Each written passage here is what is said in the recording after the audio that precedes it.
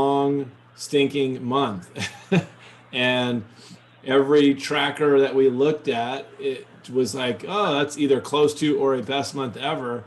And then you look at the hours the doctor worked, and it went from 120 to 145. It's like, okay, well, that's why it was a really good month. You worked 20 something more hours than you never ever or typically do. And so it was just looking at it and saying, okay, what's apples to apples on this? And how did you feel at the end of the month? Did you feel good about the month that you had? And so, I don't know, Dr. Watson, did you guys have a really good month? Yeah, we had, since Dr. Vocero joined us, we had the best month that we've had. Yeah, that's awesome. Yeah. Now, working together. Yeah. How did you guys feel like at the end of the month? Did you feel like, oh, that was a long month? Did you feel like, oh, that was refreshing? We had really good ideal days, or somewhere in between? No, I felt it was a long month. Like you say, we worked a couple extra days. That's just not intentional. The last week felt like a whole month.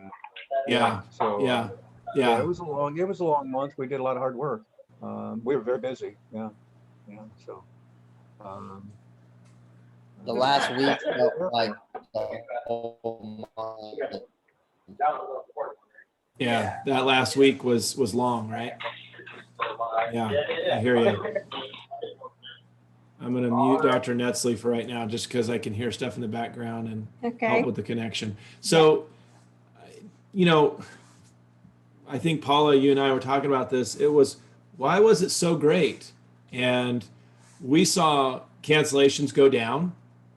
They had been at higher rates, and that was due to, I think, people saying, I've got symptoms or I've been exposed or what have you. And now we've got less of that happening, it seems, which is great. We're moving into warmer weather, more vaccinations, people maybe just being COVID fatigued.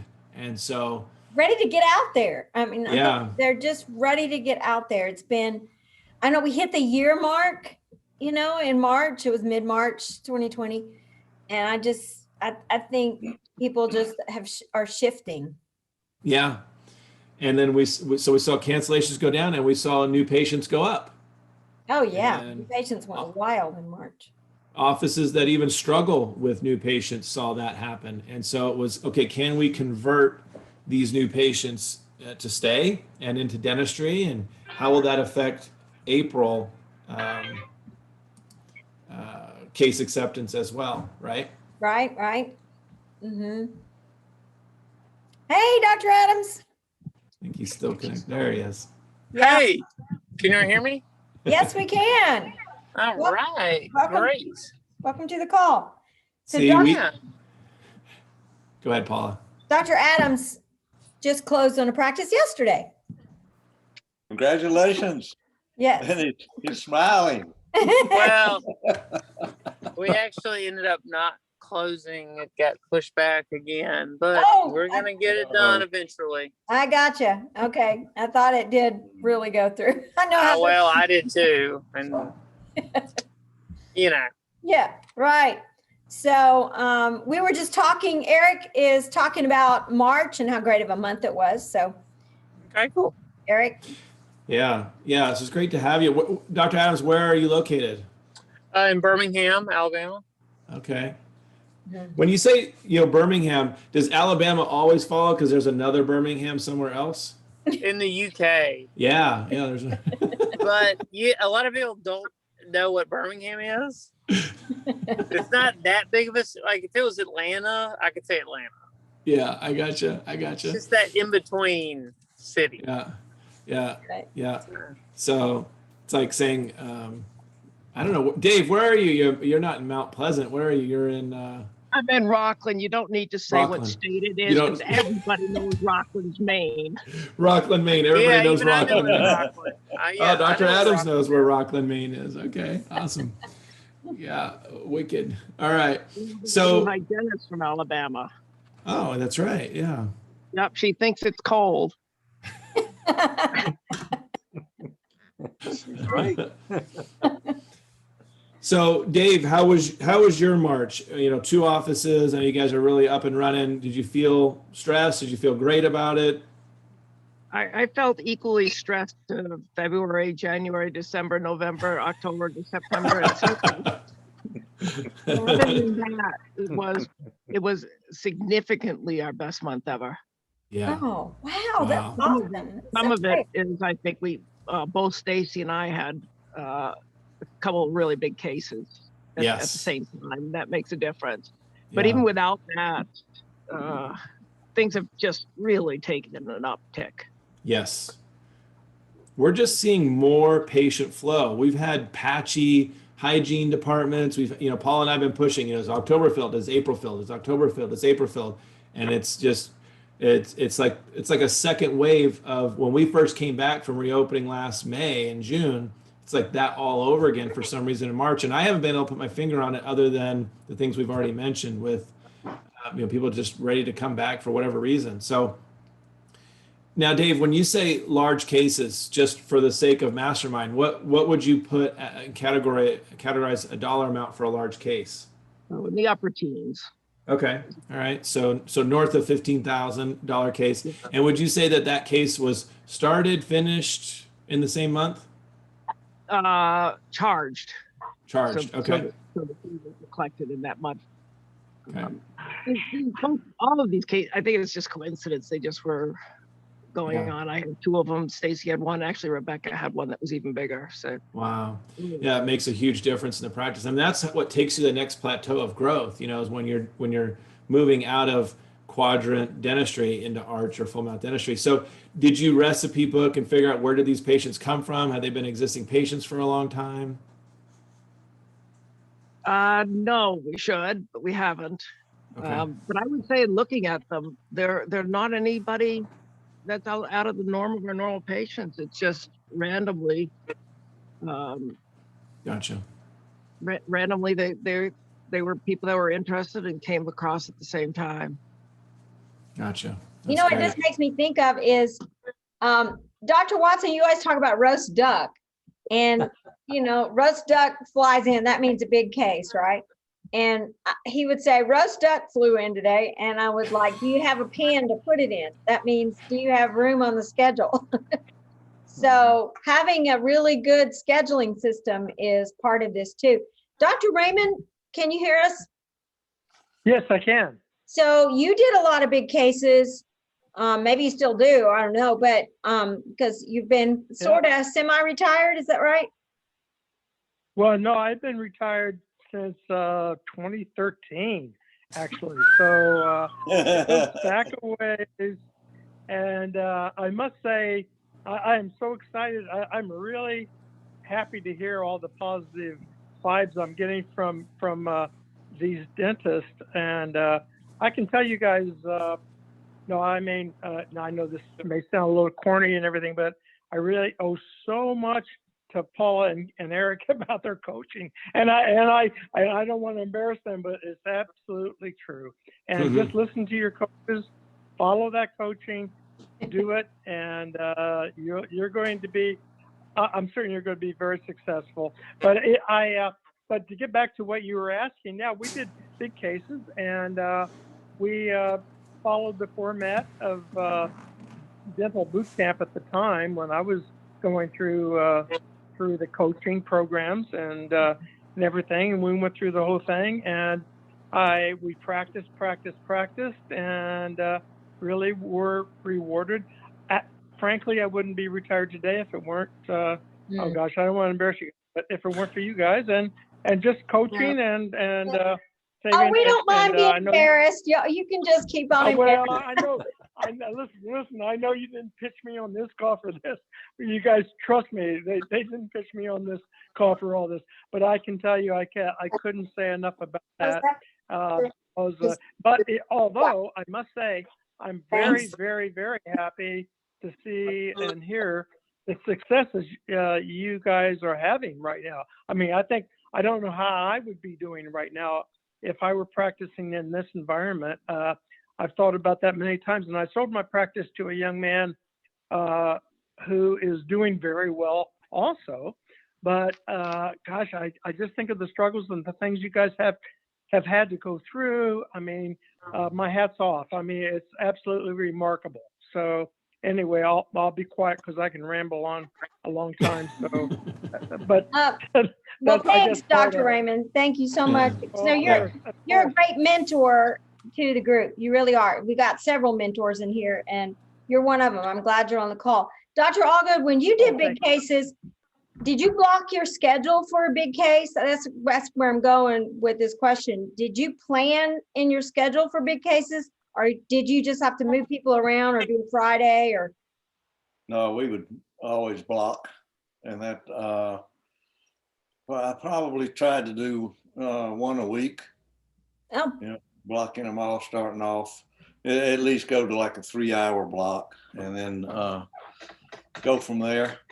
And days off, if it was a really big case, you know, I might come in on a day off during the week, not the weekend. yeah. But we made room for them, and if we didn't get them, if those weren't filled within a couple of days, then we could go ahead and start scheduling, you know, other types of treatment, hopefully more, you know, productive treatment, but not the really big case coming in. Gotcha. So, Yeah. Okay. yeah, you got a plan for it. Yeah, you do. You really do. I know, Dave, you used to do like the 2 Thursdays a month. You would pre-block for that. Do you still do that?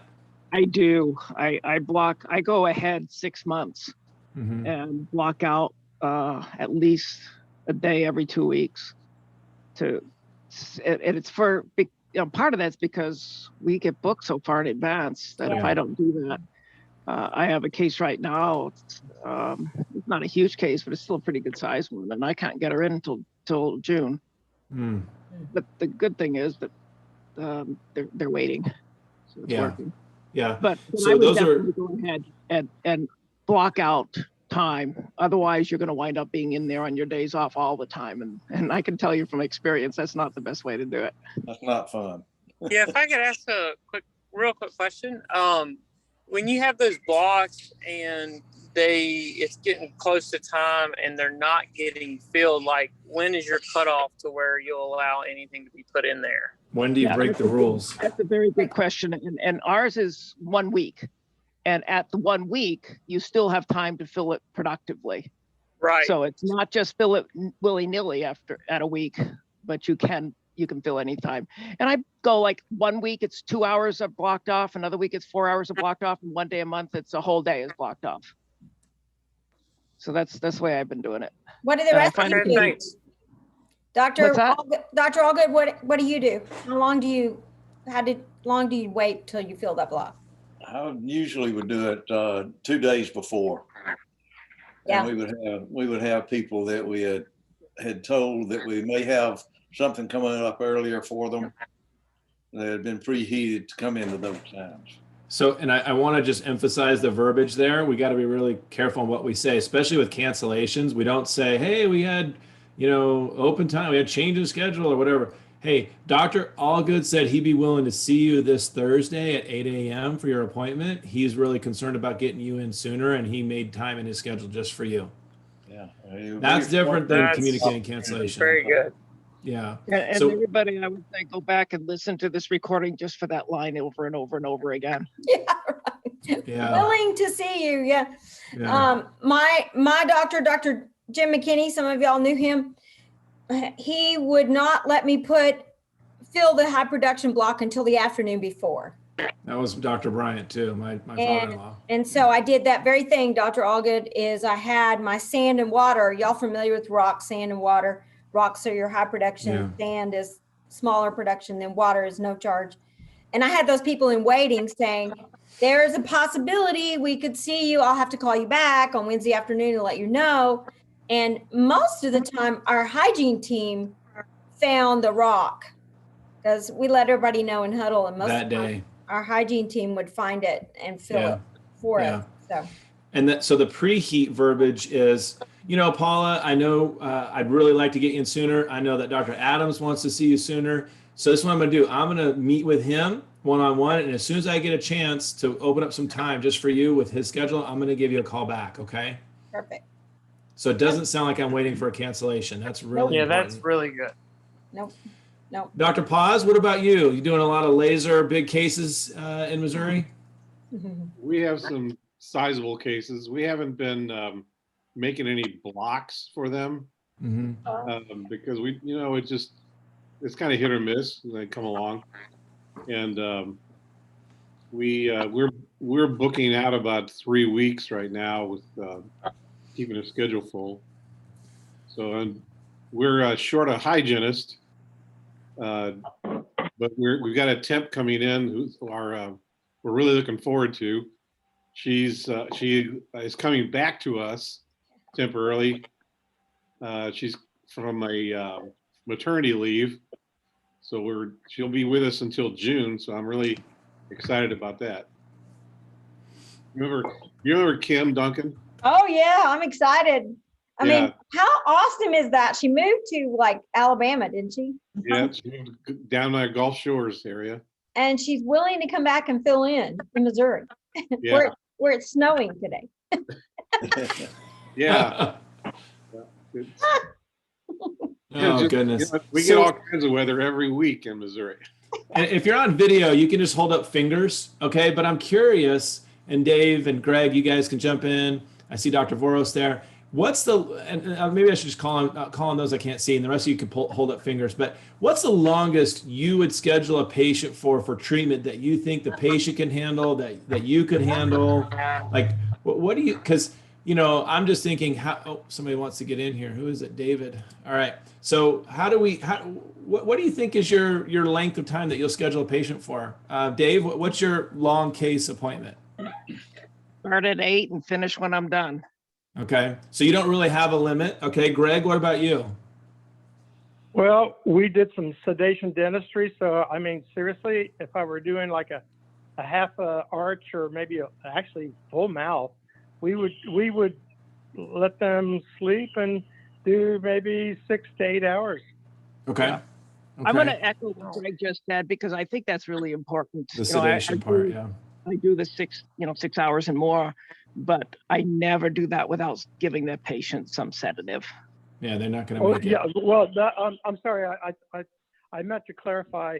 Absolutely, they were a sedation, like a sleep dentistry type of case, sedation, and we monitored them. I didn't do any IV sedation, but I did some like halcyon type of thing, and it worked out very, very well. And we would keep them most of the day for that. Okay. Dr. Allgood, how about you guys? We did a good bit of the oral sedation. As a matter of fact, I think we went to one of Silverstein's first courses, Michael, at Miami. Yeah. Silverman. When Walter was pushing the little blue pill, a different blue pill. Right. But we would, it's been 6, 8 hours, depending on the case, but that would always be with the triazolam and all. And with them, you got to monitor and titrate all sorts of things along with it. But when I did that, when I started doing the sedation, it really changed the practice. Completely agree. Completely agree. The practices that, here's the thing. Here's what it shows, intangibles. The patients trust you. You have credibility. You create raving fans. People are going to organically refer to you. It puts you kind of on the map when it comes to the population of your town to refer to you for what you can do. You're at another level. And then tangibly what it does, Paul and I see this all the time, the numbers. Yeah. Dr. Bozak, you're getting that beat down right there. Boom, boom, boom. I'm like in an echo or something. I don't know what's happening right now. So, but it changes the level of the practice. A practice will plateau at that $1 million mark when you're 1 doctor, 2 hygienists. It'll plateau because you just can't get more out of what you're doing per hour. And then all of a sudden you realize it's not a per hour thing, it's a per patient thing.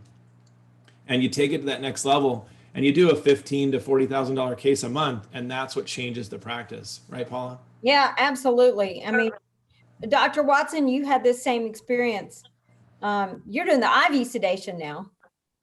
Well, you took the course, but you're mainly doing? I'm mainly still doing oral sedation, but yeah, we're certified to do IV sedation. Yeah, and I have a new assistant in the office now who is a trained phlebotomist. So I talked to her today about working with us on doing some IV sedation. Yeah. So we may be doing that. Awesome. I I rarely was also go wondering, longer than 5 hours. You know, I'll do a whole morning, but rarely will I go longer than that, even with sedation. Yeah. Yep.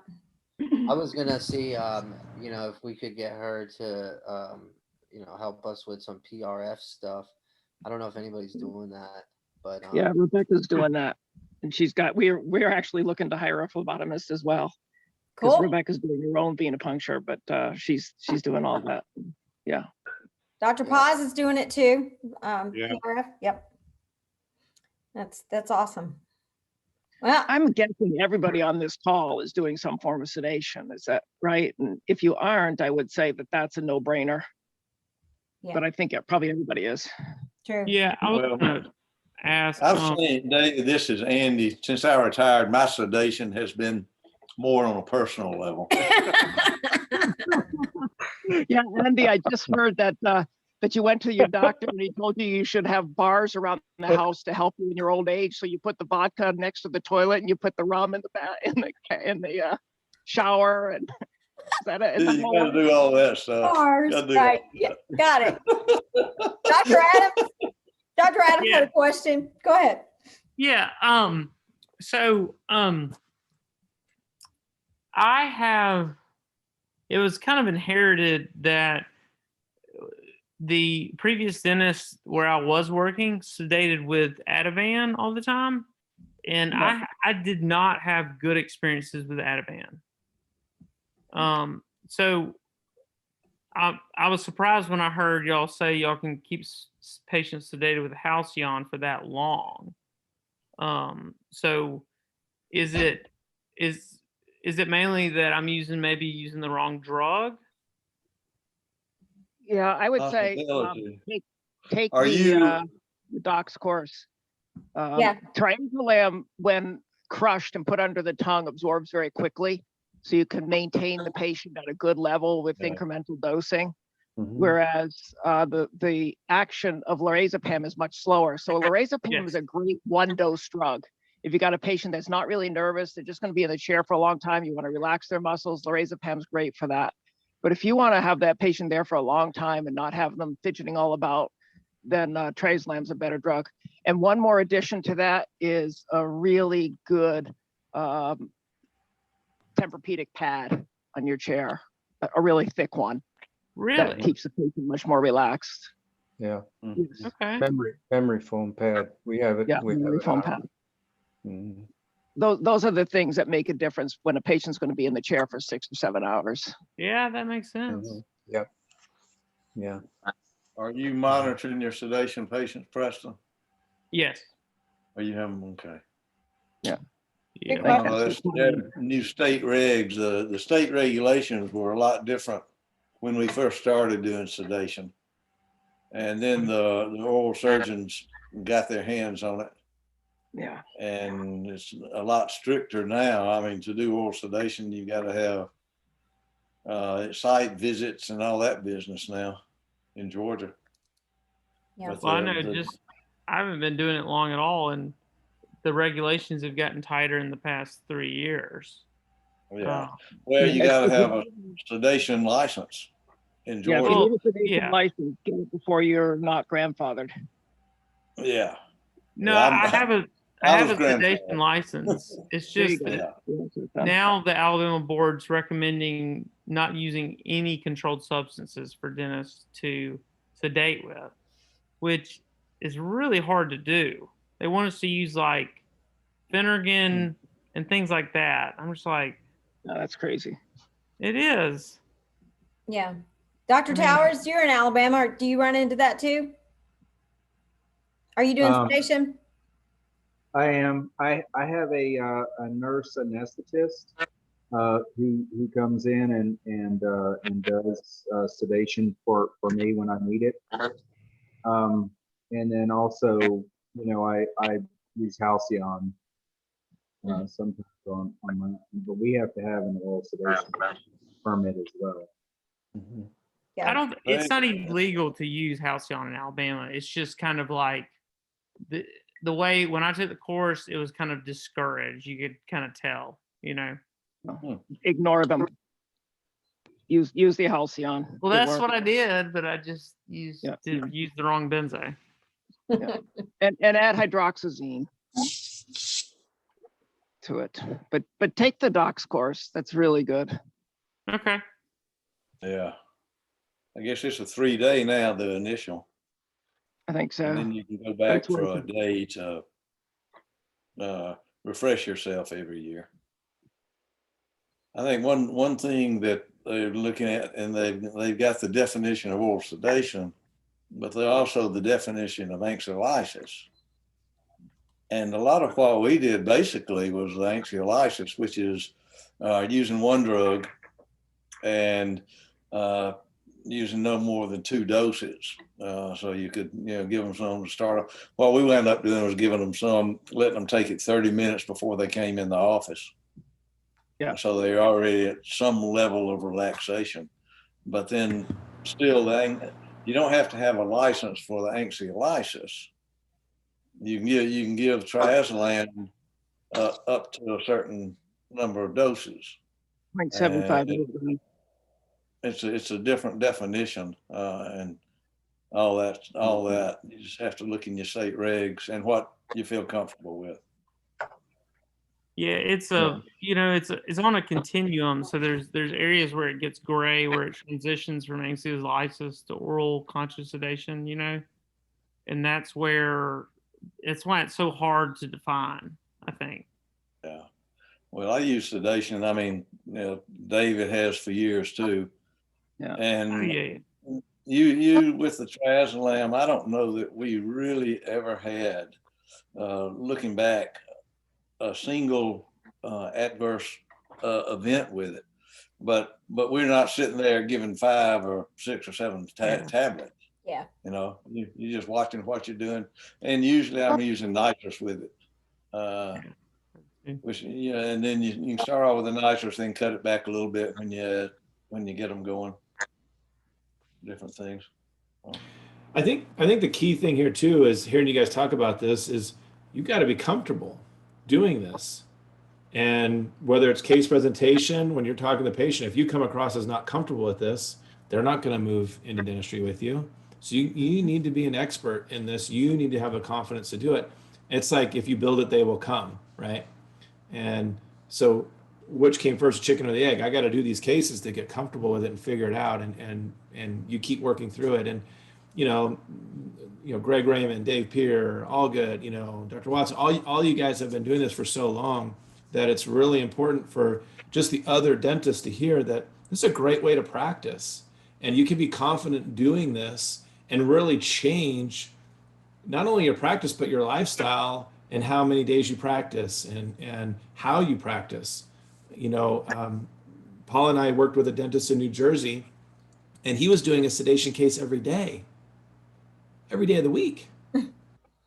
And Wow. it just blows my mind. I mean, you name it, the price. And so now, there's an associate, there's all different now in addition to that, but you needed to set your limits as to what you're comfortable with, right? One of the biggest things, like Eric is talking about, it's not only you and I that had to be comfortable with it and looking forward to doing it, but the team members. Oh, yeah. And I think, in all of what we do or did, all of what we do, if you're not engaging your team, then you're really running up against a brick wall. So if you can get the team to have team courses, Zoom, different things, it makes a huge difference. Yes. Have Paula and Eric help them out, obviously. That's a good segue, Paula, into the fact that nobody can find team members right now. Raise your hand if you're trying to find team members for your practice and you can't find anybody. My hands up. Your hands up, Hey, Dave. Eric? Yeah, Greg. Oh, yeah, just to come back for just a second about the sedation. I Yeah. think the main takeaway for myself after having retired, I think that, yes, I mean, absolutely, my encouragement was be current on your state regs. I mean, you make sure you are doing what you need to be doing liability wise, and you're up on your CE and everything else, and everything's, exactly what it should be. And make sure that, and you need to make sure that people understand that you do that procedure too, as far as marketing, because as you say, in some areas, there are maybe a lot of potential patients that would just love to have that type of dentist that they wouldn't even be aware of. So I think the marketing of it is very, very crucial also. Yes. Yes. And I think it's just a practice changer. I mean, even if you did one case a month, it's a practice changer. So, Eric, Dr. Paz, yeah. so we do strictly what we call anxiolysis, but we talk to the patients about having oral sedation, because we don't go over 2 halcyon, and we use that with nitrous oxide, but nobody gets put to sleep and are really heavily sedated. So, and I feel comfortable talking to them about sedation when I'm presenting treatment. But as far as marketing, I think that would be a real, I don't know, a difficult thing to portray if you're not truly doing by the book licensed oral sedation. It's impossible to advertise anxiolysis. That's not even a real word to the public. So That's a limiting term. Well, I mean, there have been terms such as sleep dentistry is an old term about this and that, and I know that's come under some scrutiny, but I'm just saying that whatever in your state that you can do to, and in maybe your locality, just make sure that you're making sure that word is out there, that you are available to be able to do that. I think is very valuable. Dr. However you get the word out. Yeah. Dr. Watson, you market yours a lot and you get a lot of new patients. That's one of the number one reasons they come see you, right? Yeah, we've been marketing it for a long time, and I've been doing oral sedation for over 20 years.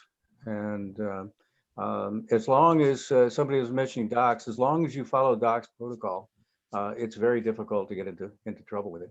And we market it. Docs we get a lot of people that that's their main attraction. They've not been to a dentist in forever. And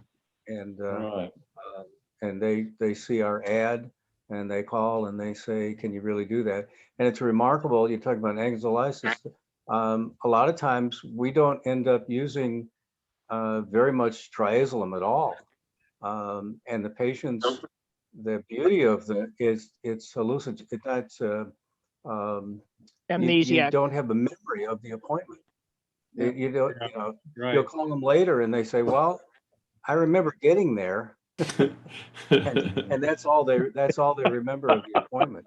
So and they were, we don't, we don't knock them out. They're responsive the whole time. They just don't remember it. Yeah. So it really makes it, an easy appointment. That's the key. I had one lady that was mad at her husband because she thought she had missed her dental appointment. Oh, absolutely. Oh, yeah. Now, I'll give you one other thing on this, and that is to listen to Eric and Paula and learn your verbal skills really, really well, because it doesn't work. You need to have their trust. It doesn't work. If they think they're just going to be knocked out and they're going to be fine and they don't have to even think about it, that's not going to work as well as if you have their trust first. Exactly. Because at the beginning, they're awake and they're a little nervous at the beginning. So having the verbal skills to build that trust with them is critical. You're absolutely right. I don't want to be unconscious with somebody I don't trust. Yeah, right. Paul, may I share one other thing, and I'll be Yeah. quiet also. Things that I found with that new high fear patient coming in, I found it very uncomfortable if the first place you meet them is in the operatory. That's Oh, right. absolutely. With Yeah. all of your equipment. So, Yeah. a lot of people have a consult room in their dental office and they never use it. I told them my most productive room in that office was the consult room. Sitting them down, getting to know you, you're getting to know them, and using some of the skills that we learned, and so you sit there and you get to know them and they get to know you, and all of a sudden that nervousness that they have is up here, all of a sudden it's down to here. Yeah. Because they start believing in you and developing the trust. So don't start them off leaning back in a Preach. operatory. Preach it. Amen. That's absolutely right. Awesome. Amen. Yeah. So Very good. I was just wondering, some of you that do use triazolam regularly, Yeah. I usually prescribe 2 0.25 milligram tablets, and I have them take. They always have to have a driver. The driver, brings them, stays at the appointment, and all that. Of course, Right. I have monitor their vital signs. And I often use it in conjunction with nitrous oxide. But I have them take I'll talk to them too, probably. 0.25 an hour beforehand, and then they bring the other 0.25 tablet with them to the appointment. And then I instruct them to take that depending on how the first tablet seems to be affecting them. I just wondered what dosage you guys start off with and when, and what you most often end up with. 0.25 is the standard, 1 hour before. If you have someone who's frail and older, then 0.125 is a good idea. One of the things I do is I always ask them, do you drink alcoholic beverages? How much does a glass of wine affect you? And if they say, if I have a half a glass of wine, I'm zonked, then I'm going to give them a 0.125. They say they take 3 glasses of wine, then I'm going to give them the 0.25. Doesn't it also depend on their size? Like if they're a small person? Right. Sometimes it's amazing. I've had some really small people take a lot to get them down. Oh, yeah. But Depending on what they've had in the past. But there's one thing you Top said. dose is based on weight. You have a safety range for the amount of triazolam that you want to give somebody, and that is based on weight. Yeah. But what I find is my gold standard is that I'll give them either 5 or 10 milligrams of diazepam to take the night before. Yeah. Right. If they're not taking anything else. Of course, you have to analyze all of their drugs anyway before, so you've got to clear on that, and then have them take 1 triazolam in the morning before they come, and then when they come, then we like you say, we assess them and see how they're doing. Some folks, that's all they need. I do want to give you one thing in the protocol you just said about having them prescribing to and having them bring the other one in, because I was on the state board when that exact thing happened. And the problem is sometimes patients on 1 triazolam don't remember that you gave them the second one. And they complain to the board that you're giving them 2 drugs and you're having them bring the other one in so you can have it. So what I would say, I'm serious, this really happened. So we only give them 1. We provide the rest when they come. Yeah. Exactly. So that's what you should do, rather than have prescribe 2 and have them bring the 1 in. Prescribe just the 1 and just call Southern Anesthesia and get a little thing of triazolam yourself and keep it in the office and give them the second one from the office and document it, and that's totally legal. Do you ever go beyond a second, or is that the limit? Oh, I do. Yeah. Okay. One other thing, make sure that their driver never leaves them alone and gets them to bed. Yes. I had one guy that worked in a car dealership, and he had one of the salesmen bring him and take him back. Well, he had parked his car at the car dealership. And the salesman stopped for just a minute, then he's going to take him home. Well, the guy got out, got into his car, drove off, and the first thing he remembered was when he had hit the metal guard at the bridge going back to Lincoln County. Okay? So make absolutely certain that they cannot be left alone. I have another suggestion. That's an amazing story. I've been in several offices, Eric, you probably have too, and the sedation patient has finished their appointment and they're rolling them out in a wheelchair through the reception area. And your patients are wondering, what they do to him? Why did he have to come out in a wheelchair? So I usually recommend you have a back entrance that they can use, clean it up, make sure it's a nice exit area that they can exit in the wheelchair that way, and somebody pick them up and don't bring them back through the reception area. Does everybody do it that way? That's the best way. Yeah. Okay. We were physically limited. We couldn't do that. Couldn't do that. Access, but at my new office, I will be able to do that. Oh, good. That'll be nice. Yeah. It's also, I feel like it's embarrassing for the patients too, to know that they were seen by other people that they don't remember and what they look like, stuff like that. Yeah, exactly. And you got a new patient sitting there and they're like, I think I've got to go now. I mean, this ain't looking good. Exactly. So, I mean, it's just things we don't think about, but just the perception of that, wheeling them out through yeah. Okay. Good stuff. Man, this is a good discussion. We spent almost the whole time on this. We hit a sweet spot here, Paula. Yeah, we did. I think these guys like talking about this. Yeah, I've never seen so many grown men like to sedate people. One room. Hey, hopefully nobody's watching us. Them and us. Good group of people. Good group of dentists here. Does anybody have a question or challenge that we haven't talked about? Whether it's hiring, I know I put a bunch of stuff. I just guessed what we'd want to talk about, right? Hiring, hygiene, the issues in hygiene and moving treatment over, because that was huge in last month with case acceptance. Employee retention tax credit. What questions, challenges in your practice that you're thinking about? Jerry, yeah. What about that employee retention tax credit? Mm-hmm. Can you address that? In 9 minutes, let's see. Yeah. So if you if you got triple P1, right? Right. Okay, and you've applied for forgiveness, right? Right. If you applied that, hey, I used 100% of that money, say it's $100,000, okay? I used 100% of it on payroll. Okay, you maxed out it and said, I don't want to risk not being forgiven. It was all payroll. Here's what we did, okay? And you spent like a lot of weeks doing that, the whole 24 weeks. You're probably not going to be able to do employee retention tax credit. I'll just let you know.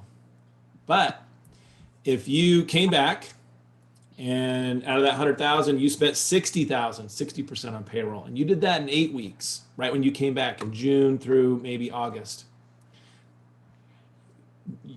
To qualify for employee retention tax credit, you have to show a 50% loss in a quarter, Q2 we all did. And then the subsequent quarter automatically qualifies, quarter 3. So if you paid your own employees in quarter 3 with your own money, you get 50% returned to you up to 10 and 5,000. So if you spent 10,000 on an employee in any time, you could get up to 5,000 back. So let's say if everything aligned properly and you spent your 60 grand in 8 weeks, 15,000 a payroll, right? Goes pretty quick. And now in quarter 3, there's still some payrolls that Triple P in theory did not pay for. You paid for with your own money because you used the other 40% of that Triple P money for utilities, rent, and PPE. So now I've got this money that I spent that was my own on my team. Hey, government, I want my 50% back for each employee that I paid. Up to, they'll give you 5,000 of a 10,000. Now, why does this exist? Because restaurants were open, they were suffering, and they didn't get triple P to last through the whole year. So they had a big gap in the third and fourth quarter where they didn't have triple P money, and they can show a 50% loss in that quarter from the quarter before, or they had a mandated shutdown. That's the other reason you qualify. So the government says, hey, you stayed open, you kept paying your employees, we're gonna pay for half of that for you. So if you think you qualify for that, then you need to reach out to your CPA and you need to say, I know you're busy. Old due date was April 15th this week, new date's May 17th. I know this is your hottest season. I need help with my employee retention tax credit. Are you willing to help me out? They will then amend your 941 payroll tax return for you that you did third quarter last year. And you will get a credit on file with the government for Medicaid and Social Security, and they will give you cash for the difference. So let's say you had a $5,000 employee, they were paid $10,000 that quarter, they're a $40,000 a year employee, right? You paid them $10,000 that quarter, you're gonna get $4,500 back, whatever it is. The 500 will remain a credit to pay Medicaid and Social Security in the future quarterly payments on your 941. How'd I do, Dr. Paz?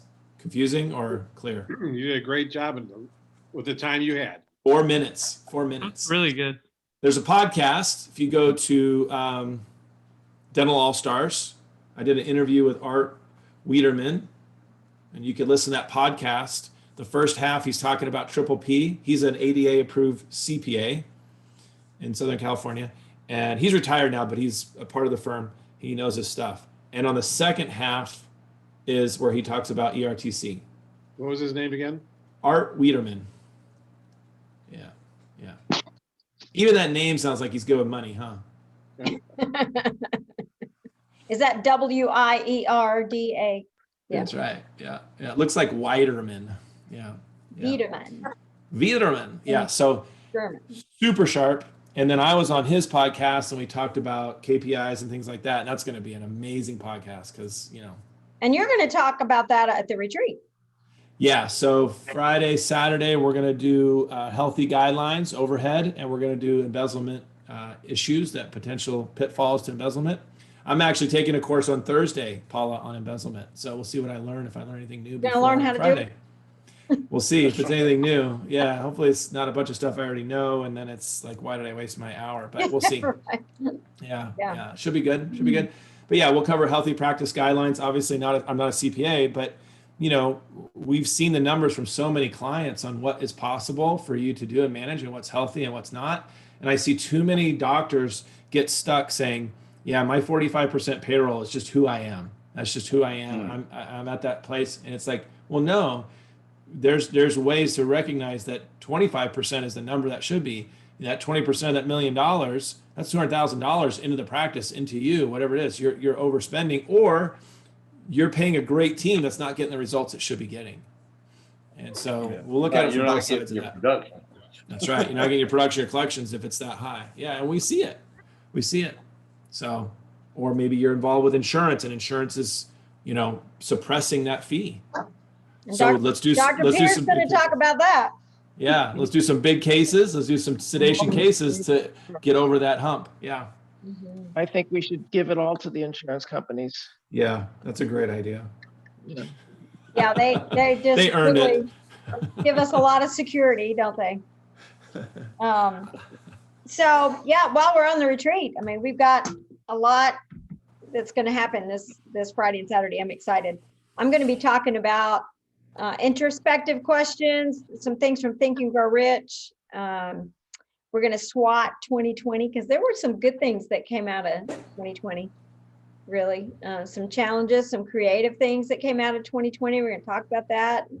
You can vent a little bit, have a clearing session, and talk about reasons people fail. There's a huge list, 31 reasons people fail, which leads to introspective questions of where am I with these reasons and what are some personal growth things that I need to work on. And Dr. Pierce is going to talk about insurance and in-house membership plan, DenVantage. Can't wait to hear that. And Eliminating insurance. Right. Yeah. And the dependency on that. Yeah. It's amazing how many doctors think, I'm helping a couple of young dentists, one in New Mexico, one in Dallas.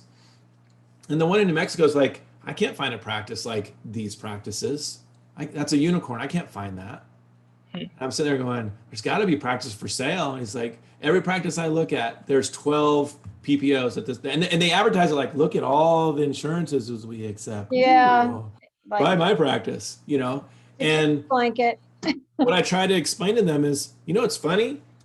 And this is when we help offices increase their value before they sell, you know, to make it profitable, to help with the sale, make it attractive. When you get out of network with those insurances, they actually pay your UCR. And you sit there going, why was I taking Aetna and Cigna and MetLife? Why was I doing that? The whole point was so that insurance companies would send you a lot of patients. You were saying, I'll take a discount if you send me 20 patients a month. You know, you're paying a marketing company. Why would you pay if we looked at your new patient tracker and we said, wow, you're paying 40% of your income, your production for this marketing company, you wouldn't stay signed up with them. But yet we stay signed up with these insurance companies, Aetna and Cigna, MetLife and Delta, right? That take 40%. I was looking at a doctor, she did all her fee schedules across in New York, and the average was about 51% of her UCR was her approved fees. Wow. There's no way. And she's like so frustrated. She's like, I can't grow. I said, Yeah. exactly. We're gonna take care of these one or two at a time. So You're gonna get a new car. Yeah, exactly. So something else that's exciting on the horizon, as we wrap up, is we've had several requests to do another office manager / admin Zoom camp. So we're doing those. Eric and I got dates today of, we're going to do 2 Fridays. We're going to do July 23rd and August the 6th. And so we're going to have that for your office managers and your admin team to support them in their systems and verbal skills. And so, well, and what I want to hear from you guys in the email is, hey, work with the office managers on this. Maybe your office manager is phenomenal, but this is something you worked on and you want it in the program, or maybe you want them to attend to hear this, then send that in, you know, and we'll cover it. So 2 days gives us a lot of time to work on things. it does. And we're going to spread those 2 days apart by a couple of weeks, just to keep people from having to work too many hours and implement better. They get some for the first session and then come back on the second session, and we talk about implementation and support the process. So I'm really excited about that. Doing that one again. So anything else that you have questions about before we wrap up? I'll see most of you on Friday and Saturday. When is the discussion on the cryptocurrencies going to be? Good question. That's going to be Friday morning. So Okay. we'll have cryptocurrencies Friday morning and 3D printing Friday morning. And then we'll be doing breakout sessions. So we'll break up in smaller groups, 4 or 5 people, and we'll use the Zoom breakout rooms for that, which is good tool. Yeah, they worked great last year. Hopefully I can do it right. We'll see if I'm tech savvy enough to do that. Yeah. So you're going to have some really good conversations with folks. I'm gonna hit breakout rooms, and Andy's gonna be like, I'm in Delaware. What am I doing?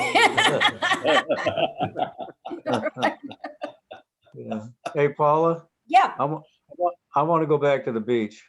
You want to go back to the beach? I tell you what, people keep asking how. I don't want to do Zoom for 2 days. So I think Paul and I have been talking about this, where we're going to do at the beach next year, but we're going to have the Zoom option for people to see us while we're at the beach too. So people that don't want to go can Zoom in, and for those that want to be there, we could be at the beach. That sounds perfect. Good idea. Yeah. We might do that. That beach house. Yeah, we'll see if we can get that beach house again. We'll just get the beach, Paul. We'll just use Dr. Allgood's beach. He's got 2. We can just use one of yours, right?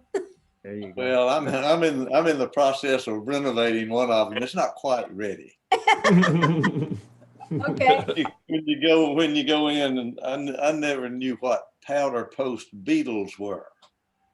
Ooh, well, that doesn't sound good. Something that can be brought in on your lumber if you're building a house, or I think it's a great idea. I found all this old lumber from this old house to have accent. Well, the powder post beetles can come in, and they're very silent. But I found out this house had powder post beetles back in the late 90s, and they're not there now. I thought to get rid of them, you have to tint your entire house. Yeah. Put a big bubble over it, and fumigate for 3 days. Wow. But already a lot of damage was done. So, sort of like, you're taking off a 3 or 4 unit bridge that you just want to do to make it look better. And all of a sudden there's decay in, then they need root canals, and then then the implants. Okay.